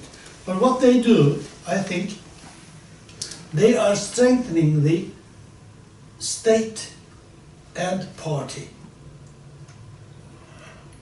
at the cost of eliminating the provincial people's assemblies.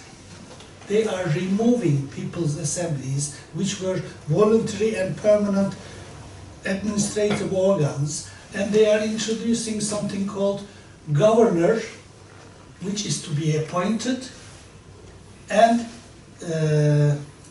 councils.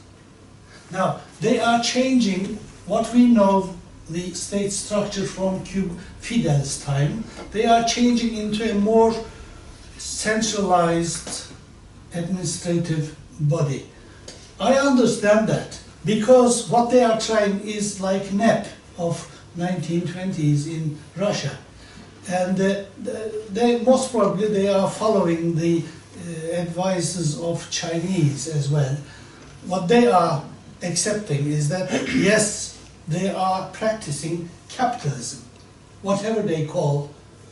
I cannot understand any other way. They are managing capitalism with the power of Communist Party leading the state, as the Chinese do. Whatever they do is actually capitalism, but they manage it by communists. So what we can call that, well, the same has been tried by the Social Democrats in 1920s in Scandinavia. They accepted the fact that it was capitalism, but the Social Democrat Party said that, yeah, we should manage that. Russia, the Soviet Union, was in a way not very peaceful, but more or less social democratic in the way, if we look from here to history.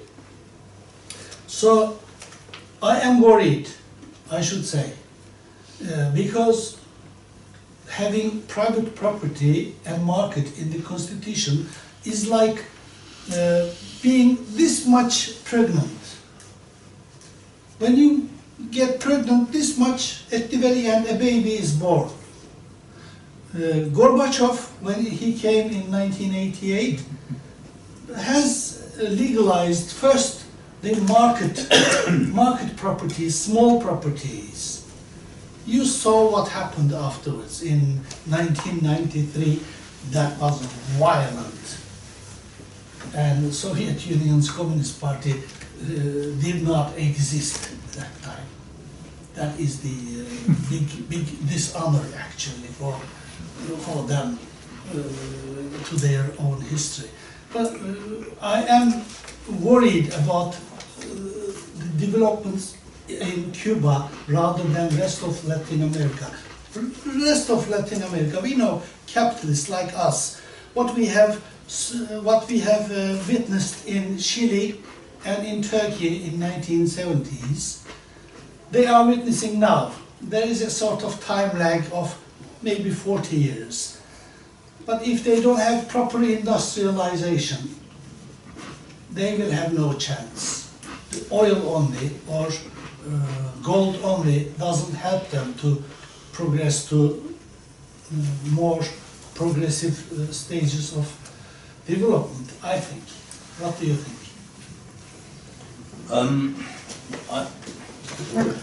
I think you're jumping ahead too far.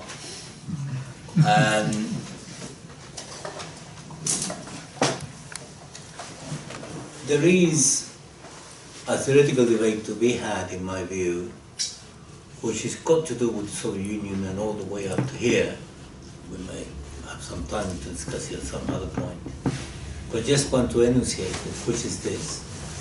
You can't abolish the market just by administrative fiat. It just doesn't work. No matter what you do, it will, if you close the door to it, it comes through the window. And all societies, all socialist experiences that try to eliminate the market. It's similar, it's not identical. It's like trying to abolish religion.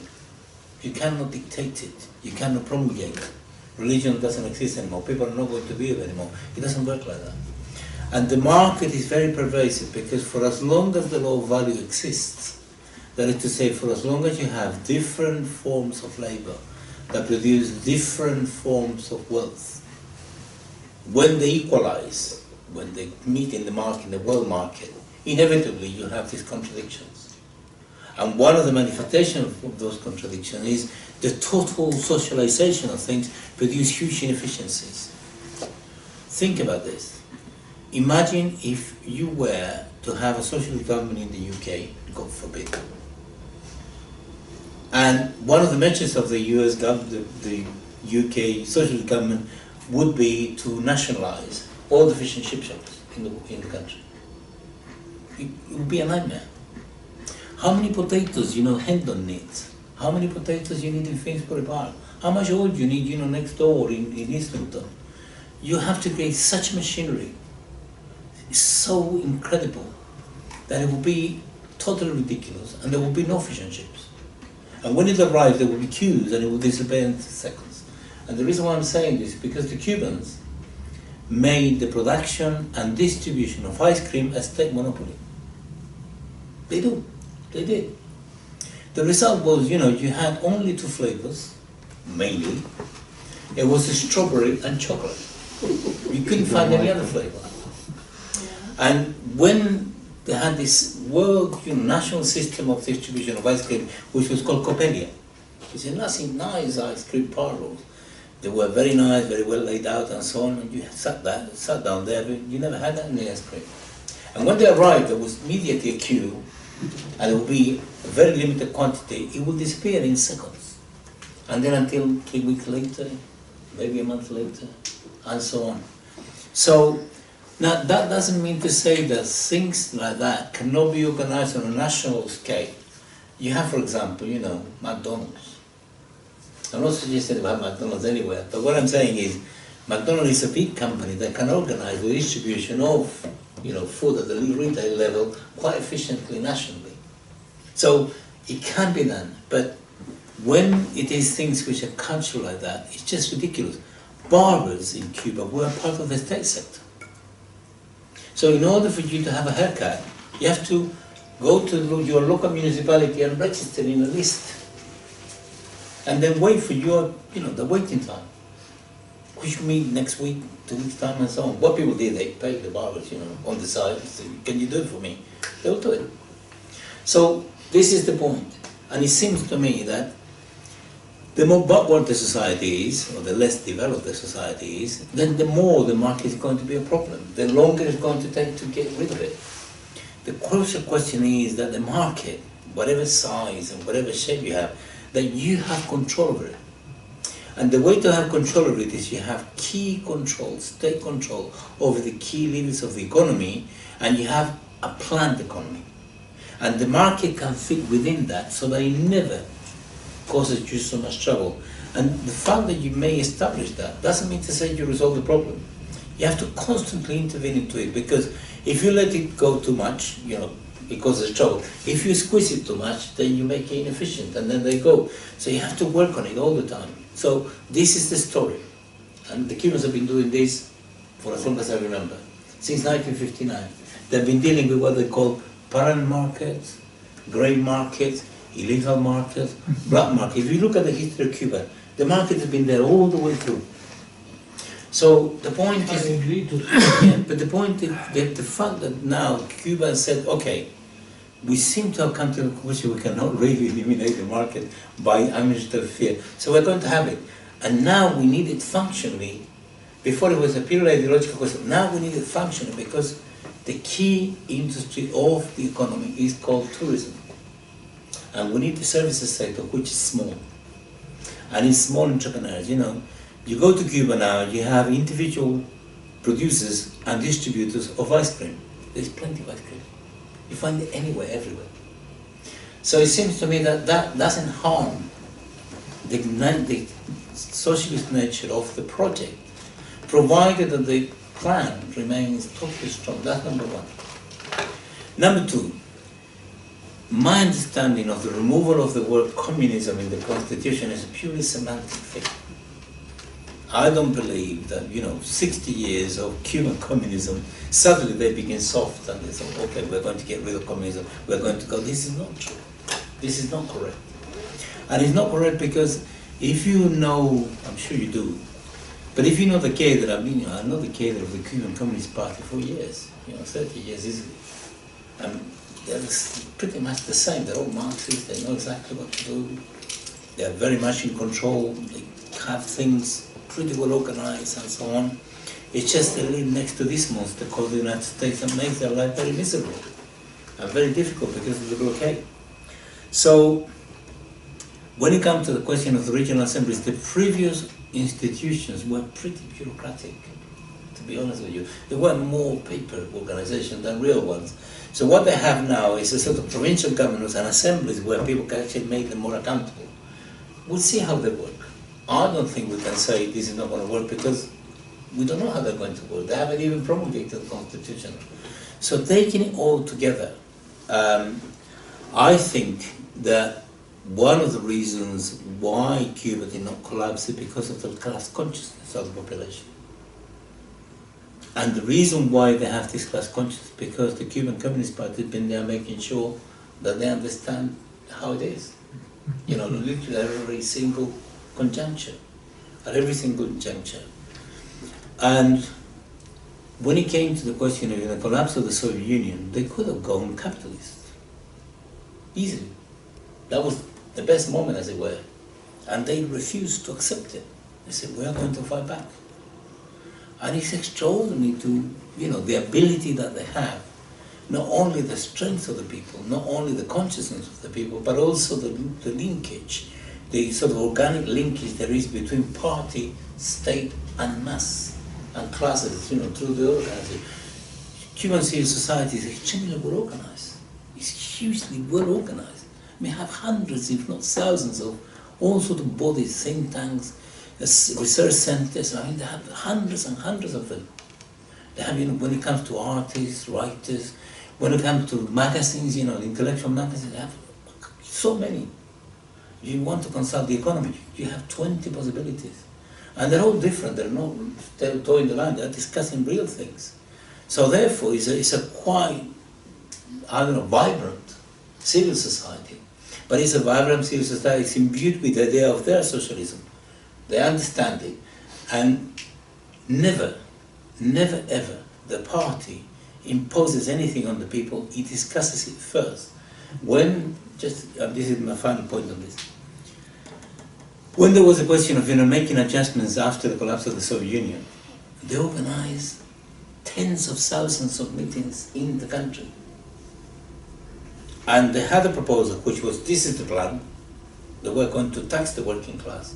The working class in Cuba never paid taxes, never.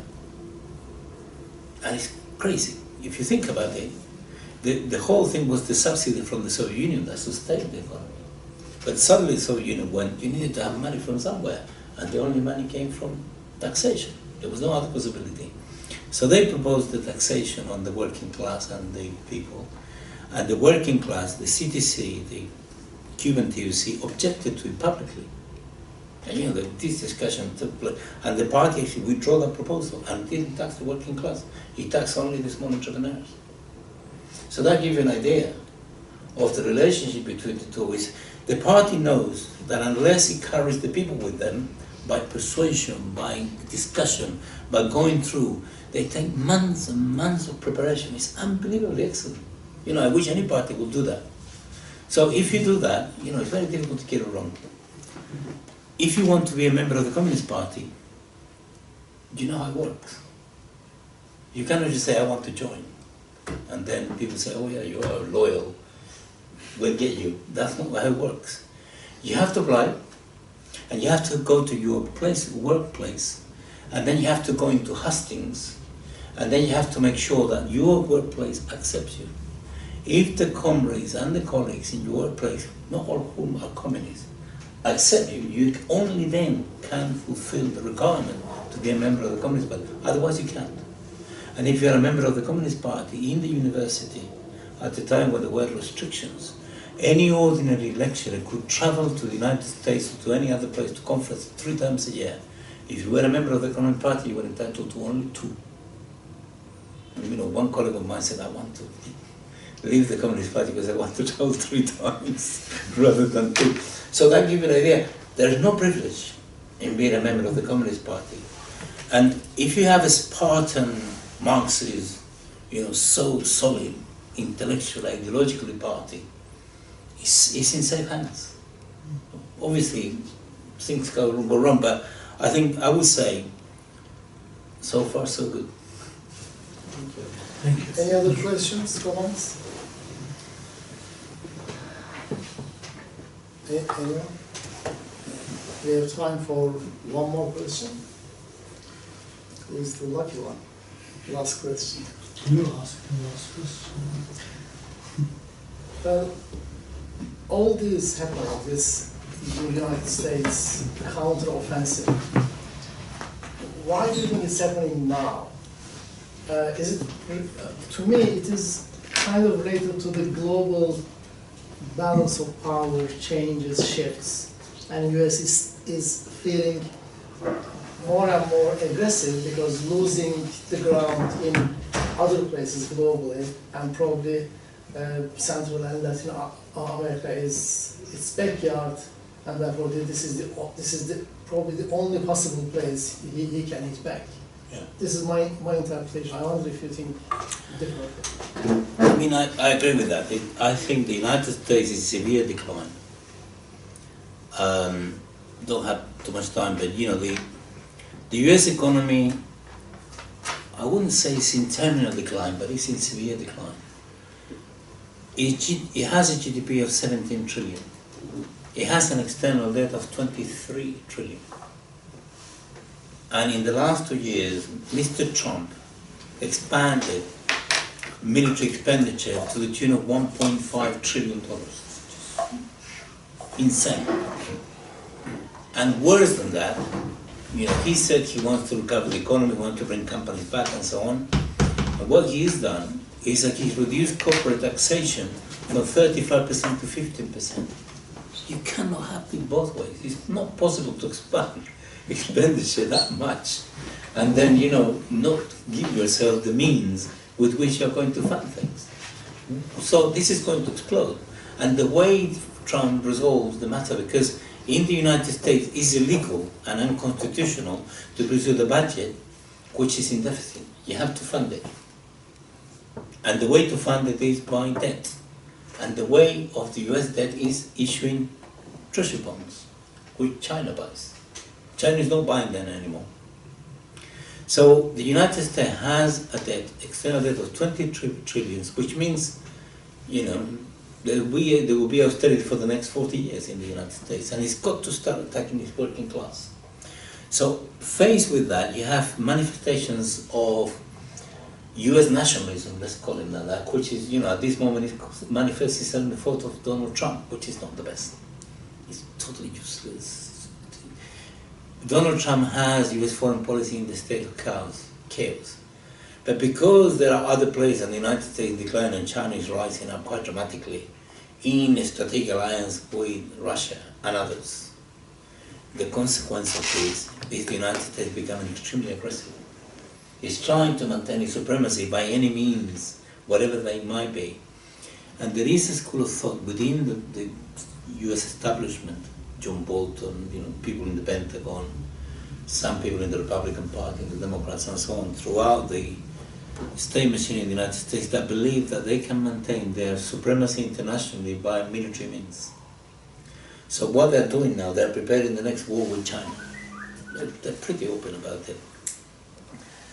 So, in the context of relative weakness that our economies went through, why not use the region to reassert your hegemony, you know, again in there, in order to, from there, try to do something about it. But let me put it this way, even if the US is able to recover the whole of Latin America, which I think is impossible, but even if it recovers it all, from Mexico all the way to Patagonia, there are not enough sufficient resources for the United States to be able to recover the position it is in to compete successfully at the economic level with China. It's just not possible. What the United States needs in terms of resources, it needs the surplus of Germany. That's the size that it needs. And I'm sure, and I know there is a school of thought in the United States, I think if we mess up the European Union, in that way we weaken Germany, and if we do that, then we can get Germany to force them to do what we did to Japan back in the 1980s. In other words, the surplus of Japan fueled US investment for about 10 years.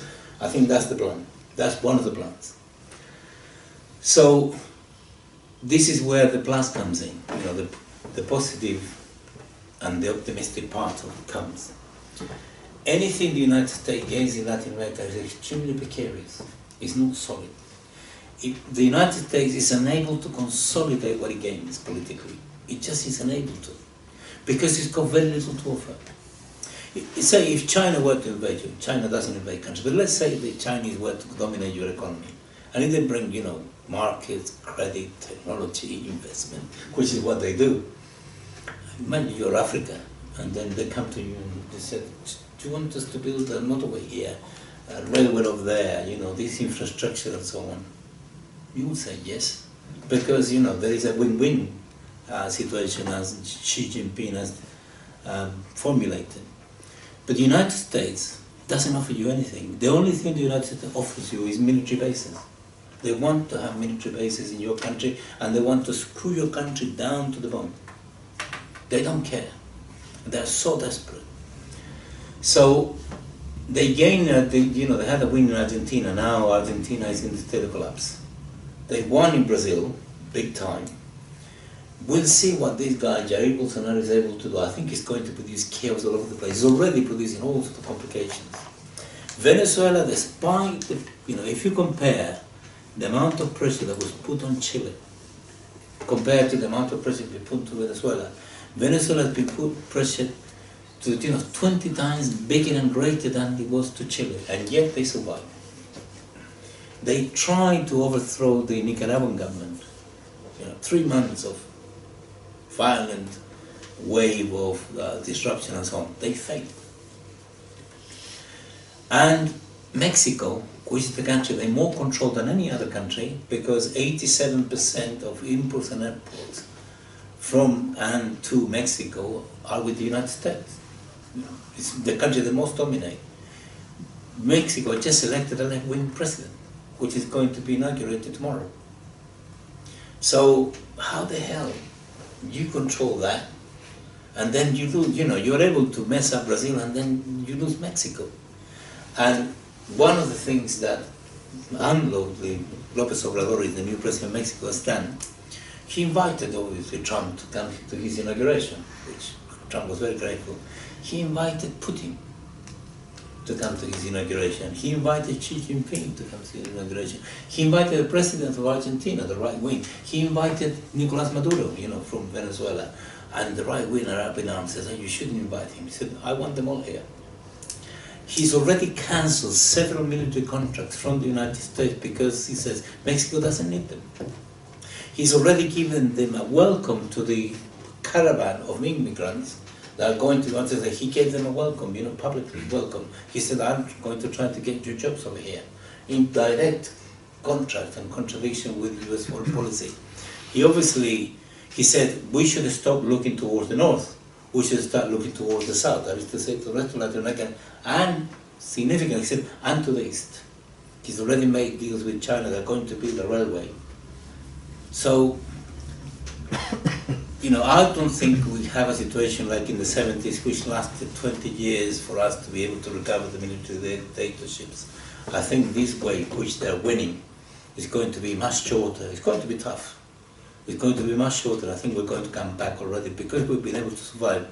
Now the United States is going to have not one Cuba, it's going to have about 3 or 4 Cubas more in different ways, rather than, you know, one Cuba of 60 years. With 4 we can do much more than Cuba was able to do in the first 60 years. So I'm optimistic. Thank you. I think we should finish with this positive note. Thanks very much, Professor.